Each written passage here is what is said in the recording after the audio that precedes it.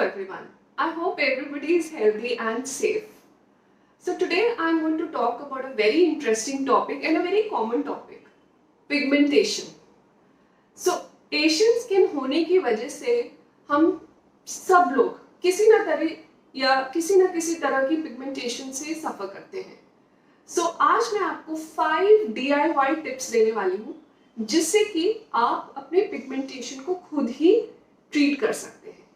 So before that, if you have not subscribed to our YouTube channel and you have not followed us on the social media handles, please do so.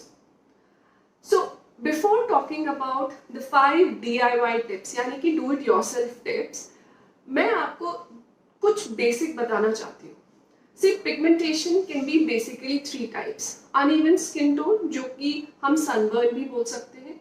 Secondly, the freckles. Freckles मतलब जो small brownish spots हो जाते हैं, usually वो winters में better हो जाते हैं और समर्स में इंक्रीज हो जाते हैं.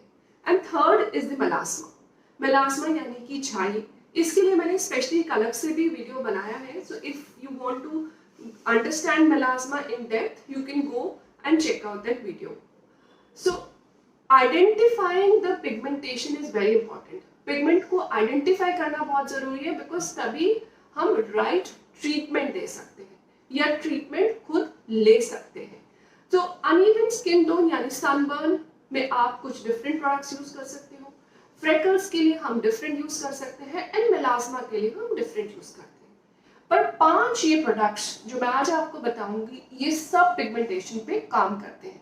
So you can go and try them out. So let's start with these products. The first is the alpha and beta hydroxy acids. I am sure आजकल आपने बहुत alpha and beta hydroxy acids के बारे में सुना होगा. Basically ये acids हैं और ये शुगरी एसिड्स हैं जो कि फ्रूट्स और डिफरेंट तरह के शुगर प्रोडक्ट्स से निकाले जाते हैं. इसमें alpha hydroxy and beta hydroxy 2 तरह के एसिड्स हैं. अल्फा हाइड्रोक्सी में हमारा glycolic acid, lactic acid, mandelic acid ये आता है, और बीटा हाइड्रोक्सी एसिड्स में हमारा सैलिसाइक्लिक एसिड आता है. Mostly glycolic acid commercial use के लिए अवेलेबल है, ओवर द काउंटर्स भी अवेलेबल है. आप परसेंटेज छोटी शुरू करिए, 2%, 5% से शुरू करिए और धीरे धीरे उसको इंक्रीज कर सकते हैं. First thing, salicylic acid usually acne में ज्यादा यूज होता है, तो पिगमेंटेशन में इसका इतना रोल ओवर द काउंटर में नहीं है, मतलब कि आपको लगाने में इतना फायदा नहीं होगा. सो आप यू कैन गो हेड, मतलब आप छोटी परसेंटेज से स्टार्ट करिए और फिर हायर परसेंटेजेस में स्लोली जा सकते हैं अगर आपको कोई इरिटेशन नहीं हो रही. ठीक है. सेकेंड है आपका रेटिनॉइड्स.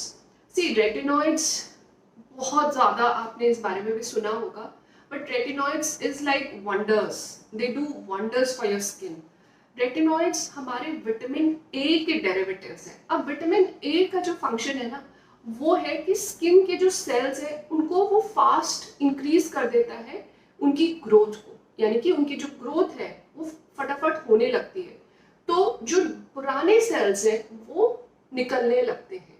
इसीलिए ये पिगमेंटेशन में बहुत अच्छा काम करता है.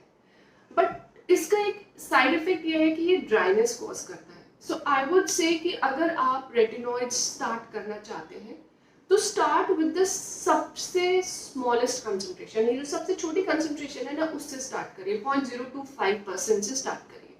This is also freely available in your nearest chemist, so आप वहां से ये ले सकते हैं. Third is the vitamin C. Vitamin C is freely available these days as serums, and offline भी अवेलेबल है, ऑनलाइन भी अवेलेबल है. विटामिन सी का फंक्शन ये है कि ये एंटीऑक्सीडेंट की तरह काम करता है, और जो स्किन में सन डैमेज की वजह से फ्री रेडिकल्स ट्रैप हो जाते हैं जो कि फर्दर सारे सेल्स को डैमेज करना शुरू कर देते हैं, ये उसको कंट्रोल करता है. सो विटामिन सी जो आप यूज करें, बस ये देख ले कि बिकॉज सबसे बड़ी प्रॉब्लम विटामिन सी के साथ ये है कि ये अनस्टेबल मॉलिक्यूल है. जैसे ही एयर से एक्सपोज होता है तो ये ऑक्सीडाइज हो जाता है और इसका एक्शन 0 हो जाता है. So make sure when you pick up your vitamin C कि ये स्टेबल कंपाउंड हो, यानी कि स्टेबल हो। आप जब भी बॉटल खोले तो ये ना हो कि वो बॉटल का ऑक्सीडाइज हो जाए और आपकी बाकी एक ड्रॉप तो यूजफुल हो और बाकी सारी खराब हो जाए। सो मेक श्योर कि ये स्टेबल मॉलिक्यूल्स वाला आप विटामिन सी यूज करो।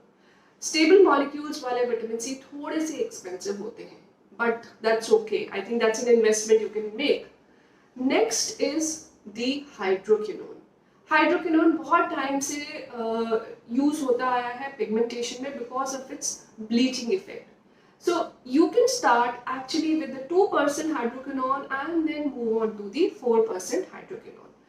Sun exposure avoid करिए जब आप हाइड्रोक्विनोन लगा रहे हैं, तो यूजली आप इवनिंग्स में लगा सकते हैं या बेड टाइम पे लगा सकते हैं. Next is plant extracts. Although ये बड़ा कॉन्ट्रोवर्शियल टॉपिक है बिकॉज प्लांट एक्सट्रैक्ट्स कैसे हेल्प करते हैं, टेक्निकली इसमें बहुत सारी रिसर्च अभी नहीं हुई है, पर कुछ रिसर्च जो मैंने पबमेड पे भी सर्च करी थी उसमें लिकोरिस और इस तरह के एक्सट्रैक्ट्स वर्क करते हैं पिगमेंटेशन पे. आई थिंक अगर हम एक रिलेट करें, बहुत कॉमन एग्जांपल हमारे घर में भी सब लोग, पुराने बड़े लोग कहते थे कि अगर आपकी पिगमेंटेशन हो रही है तो पोटैटो को ग्रेट करके लगा लो, अंडर आइज पे लगा लो. So actually it's not the regular potato which you get, it's African potato जिसके जो उसमें कुछ एक्सट्रैक्ट्स होते हैं वो पिगमेंटेशन को लाइटन करने में हेल्प करते हैं. इसीलिए plant extracts have shown to be very very useful in treating pigmentation, especially the ones containing licorice. Licorice आप उस ingredient में देखिए, अगर वो है then you can start using this. So I hope this 5 things which I have told you, that is the alpha hydroxy acid, especially the glycolic, the vitamin C, the retinols, the plant extracts and hydroquinones. These are very easily available. You can start using them. But before that, make sure कि आप अपने type of pigmentation को identify करें. Because अगर आप अपने type of pigmentation को identify नहीं करेंगे तो कई चीजें backfire हो जाती हैं. So identify your type of pigmentation and then use these products. And do let me know how you feel about them. Thank you so much for your time, and I hope you will make use of these DIY tips and let me know how it has worked for you. Till the next time, be healthy and be safe.